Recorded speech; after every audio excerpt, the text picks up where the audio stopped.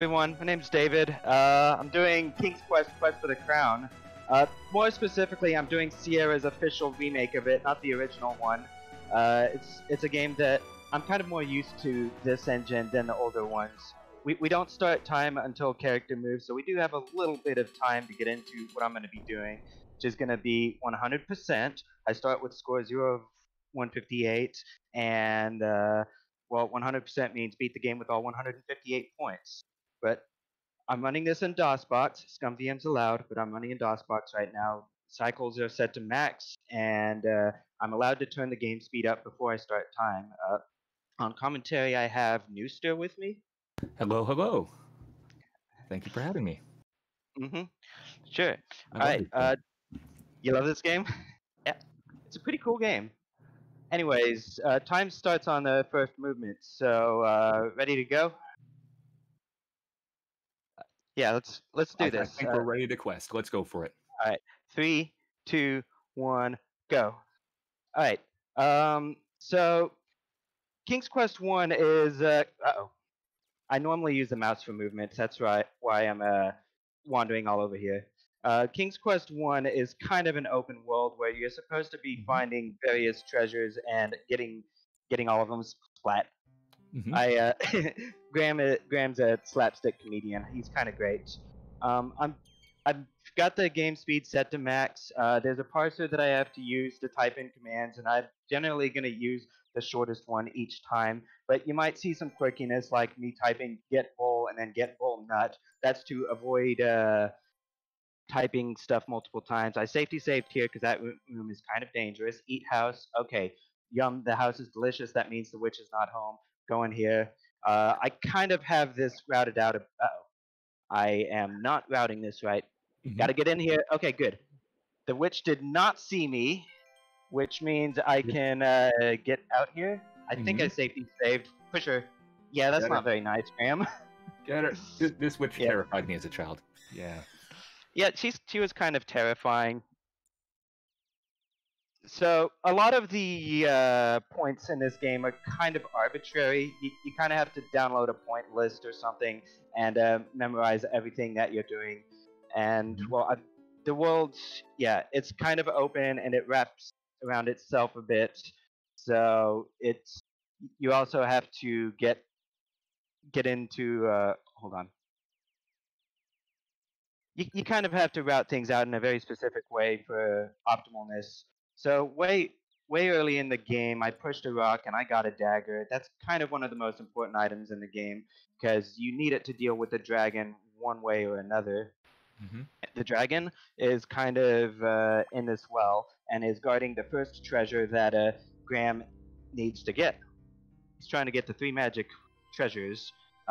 You just toss a bucket of water in the dragon's face and it just leaves. There's actually multiple solutions to most of these puzzles. Usually, like the least violent option is the best one, except against witches apparently. Oh, and against trolls too. We didn't hurt her. We just gave her a bath. That's all.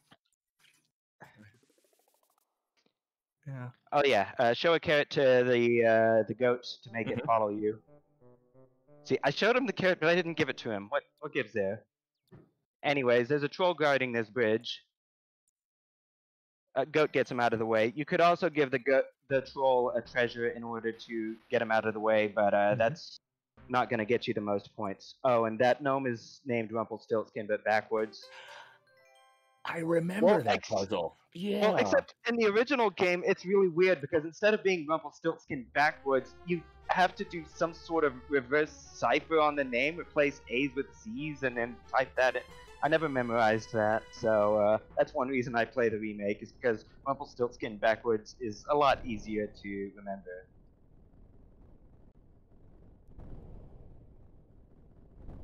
Oh yeah, there's 2 ways to Cloudland. One is to grow this beanstalk, and in the original game, it's very difficult to navigate. But if you're playing this version, mouse just gets you through there safety. Oh, this is like cheating.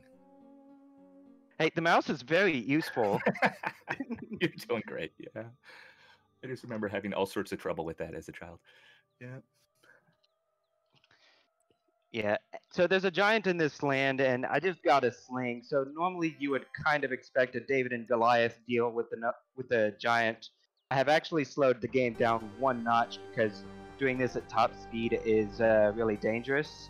I didn't pick up any pebbles to go with my sling just yet, so we're gonna do the only other thing, which is just trap him on the other side of that tree until he gets tired of trying to chase me. I'm told the invisibility ring works, but it didn't work last time I tried it. Oh, he's getting tired, and he's down.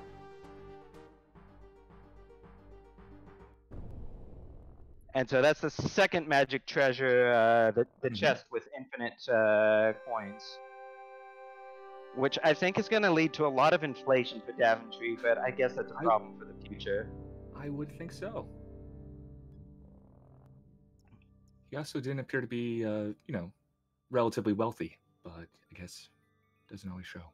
Yeah, I'm actually not sure why I'm finding all these other treasures in the land when there's that one magic chest that can give me all the treasure I want. Right. Yeah. So in this remake, the Condor does not appear until you've gotten the first two treasures. You got to grab onto him and ride him, and Graham splats again. Be sure to get this mushroom before you fall into this hole, or else it's a soft lock. Okay. I love how Graham splats. It's so good. There's a giant rat here. Give him the cheese that I stole from the witch. And then there's actually two ways past these leprechaun guards. The 4-leaf clover that I'm carrying will make him disappear instantly, and that's the normal any percent solution. But for 100%, it's better to play a fiddle. This is the greatest thing ever. I love this dance party. The dance I am so excited to watch this right now. You cannot see me, but I am doing the dance in my house, in my chair. My cat is staring at me. This is fantastic. Yeah, if you like the dance party now, wait until the next room. Right. I want everyone in chat to get ready to do their own little personal dance party at home when it comes up. And here we go. Look at all these dancers. Look at this guy on his hand. Yeah. Oh no. And look at this twirling. How does she not get dizzy? This is fantastic. I can't keep dancing. I'm going to get dizzy. Okay, we've got maybe like right. Yeah.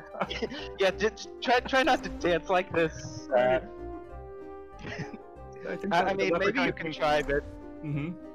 But so oh, go ahead. I'm sorry. Well, that gets him out of the way. I get the shield and the scepter. Shield's the last magical treasure, protects you from all harm. The mushroom that I picked up earlier gets me out of here. And now that I have all three treasures, I need to get back to the castle. Time's gonna be when I enter the courtyard on screen transition. That's gonna be in just a few seconds here. And time. GG. Yeah, this is an incredibly fast-paced game. And yeah, it took me, what, 7 minutes to do 100%? 7.5? Good time. Yeah, the any percent run is just under 4 minutes, I think. I believe it, yeah. Now, how did you manage to get the game to run this fast? Are you running DOSBox at the highest possible speed? Yes, I am running DOSBox at the highest possible speed. Cool. And I also turned the in-game speed up to maximum. So, yeah, if anyone wants to pick up this game, would love to see more runners. It's really short, also really intense. A lot of these Sierra games are hard to run. Like, the later ones are actually a lot easier. The earliest ones, I didn't even get into the AGI games, the original King's Quest. You run that at max speed too, and Graham just kind of teleports instantly across several screens when you move. I've been afraid to pick that one up. What you're saying makes sense to me. I remember the old Sierra games, and they always had kind of wonky, difficult to hit hitboxes for the different items and things like that. It seems like it's a game that would require a lot of precision in terms of where your cursor is at any given point. Yeah, and especially with the typing ones, you got to figure out how to type the shortest possible thing. That's cool. Do you think there's still room to route improvements into the route, or do you think it's kind of maxed out? And it's I'm not really the case of execution now. I'm not sure if there's a way to improve the route, barring discovery of new glitches, because I'm usually at most 2 screens away from any given objective the way it's currently routed. Yeah. So I don't know. Probably not. I think it's just execution, and I don't think I've optimized execution just yet. I kind of took the sub 7 and it said, I'm done. Nice. Well, I think you deserve that. That was a lot of fun. I almost wish the marathon had extra time so we could go back and watch the dancing again. That is by far my favorite part. Oh, I should have put a safety save there. Oh well. Yeah, the marathon could just use that as its like in-between screen. Just make a GIF of them and just loop it endlessly. I think that would be popular. Alright, well I do have another game coming right up. Yeah. So let's start setting up for that game. Cool. And what game is that? Mega Man for DOS. Nice. Another DOS game. Would you say that is the best Mega Man ever made? I know many people say that. It's the best Mega Man game for DOS. Yes. It definitely is. Okay. I'm looking forward to watching that. This is going to be great.